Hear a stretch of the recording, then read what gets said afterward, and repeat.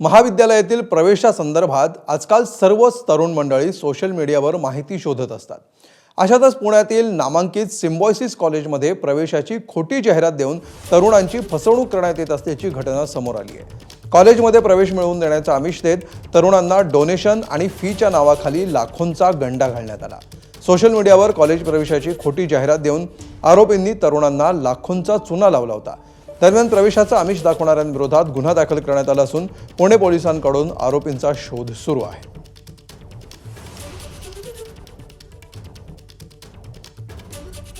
कुणाल कुमार नामक तिथे चालवणारा जो डिरेक्टरियल जो व्यक्ती आहे त्या व्यक्तीबरोबर काही संवाद साधले गेले। त्याच्यातून ही गोष्ट जी आहे याच्याबाबतचे खात्रीशीररित्या ठळक असे पुरावे आम्हाला प्राप्त झाले।